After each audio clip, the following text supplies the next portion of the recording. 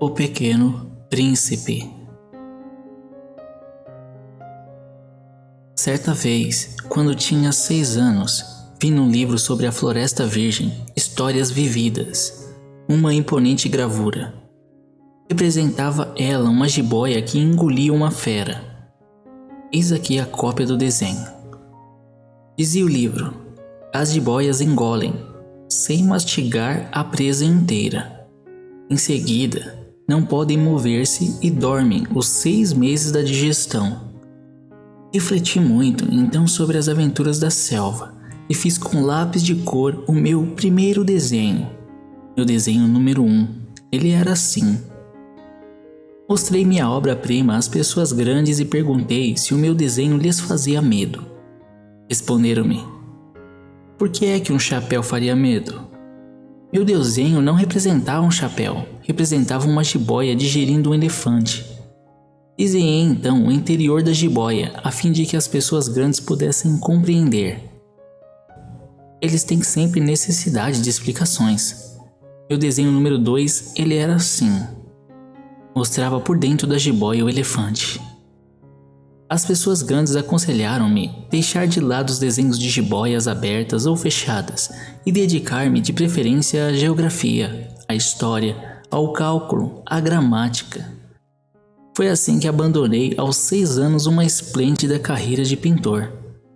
Eu fora desencorajado pelo insucesso do meu desenho número 1 e do meu desenho número 2. As pessoas grandes não compreendem nada sozinhas.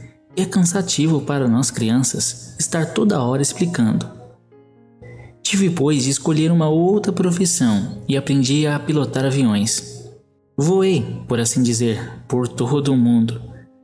E a geografia, é claro, me serviu muito. Sabia distinguir num relance a China e o Arizona. É muito útil quando se está perdido na noite. Tive assim, no correr da vida, muitos contatos com muita gente séria. Vivi muito no meio das pessoas grandes. Vi-as muito de perto. Isso não melhorou de modo algum a minha antiga opinião. Quando encontrava uma que parecia um pouco lúcida, fazia com ela a experiência do meu desenho número 1. E sempre conservei comigo. Eu queria saber se ela era verdadeiramente compreensiva. Mas respondia sempre: é um chapéu. Então eu nem falava nem de jiboias, nem de florestas virgens, nem de estrelas. Punha-me ao seu alcance. Falava ali de bridge, de golfe, de política, de gravatas. E a pessoa grande ficava encantada de conhecer um homem tão razoável. Vivi, portanto, só sem amigo com quem pudesse realmente conversar. Até o dia, cerca de 6 anos atrás, em que tive uma pane no deserto do Saara. Alguma coisa se quebraram no motor. Como não tinha comigo mecânico ou passageiro, preparei-me para empreender sozinho o difícil conserto. Era para mim questão de vida ou de morte. Só dava para 8 dias a água que eu tinha, imagina só. Na primeira noite adormeci, pois sobre a areia mesmo, a milhas e milhas de qualquer terra habitada. Estava mais isolado que o náufrago numa tábua, perdido no meio do mar. Imagine então a minha surpresa quando, ao despertar do dia, uma vozinha estranha me acordou. Dizia: por favor, desenha-me um carneiro. Eu, hein? Aquilo me assustou. Desenha-me um carneiro. Pus-me de pé, como atingido por um raio.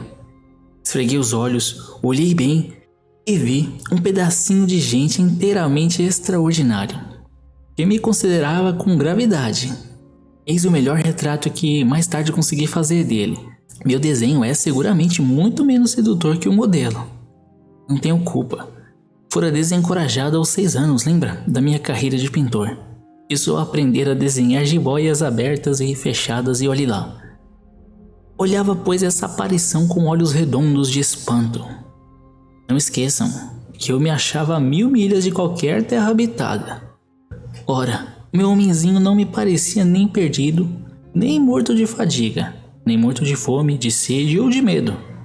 Não tinha absolutamente a aparência de uma criança perdida no deserto, a 1000 milhas da região habitada. Quando pude enfim articular palavra, perguntei-lhe: mas que fazes aqui? E ele repetiu-me então brandamente como uma coisa muito séria: por favor, desenha-me um carneiro. Quando o mistério é muito impressionante, a gente não ousa desobedecer, não é? Por mais absurdo que aquilo me parecesse a 1000 milhas de todos os lugares habitados e em perigo de morte, tirei do bolso uma folha de papel e uma caneta.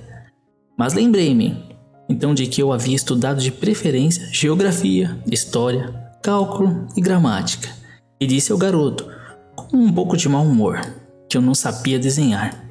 Ele me respondeu: não tem importância, desenha-me um carneiro. Como jamais houvesse desenhado um carneiro, fiz o melhor retrato, mais tarde que consegui. E fiz para ele um dos 2 únicos desenhos que sabia, o da jiboia fechada, e fiquei estupefado de ouvir o garoto replicar: Não, eu não quero um elefante numa jiboia. A jiboia é perigosa e o elefante toma muito espaço. Tudo é pequeno onde eu moro, preciso é de um carneiro. Desenha-me um carneiro. Então eu desenhei. Olhou atentamente e disse: não, esse já está muito doente, desenha outro. Desenhei de novo. Meu amigo sorriu com indulgência. Bem, vês que isto não é um carneiro, é um bode. Olha os chifres. Então fiz mais uma vez o desenho, mas ele foi recusado como os precedentes. Esse aí é muito velho, quero um carneiro que viva muito. Então, perdendo a paciência, como tinha pressa de desmontar o motor, rabisquei o desenho abaixo e arrisquei. Fiz o desenho de uma caixa e disse: esta é a caixa. O carneiro está dentro. Mas fiquei surpreso de ver iluminar-se a face do meu pequeno juiz. Era assim mesmo que eu queria. Será preciso muito capim para esse carneiro? Por quê? Porque é muito pequeno onde eu moro. Qualquer coisa chega, eu te dei um carneirinho de nada. Inclinou a cabeça sobre o desenho. Não é tão pequeno assim, olha, adormeceu. Foi desse modo que eu travei conhecimento. Um dia com o Pequeno Príncipe.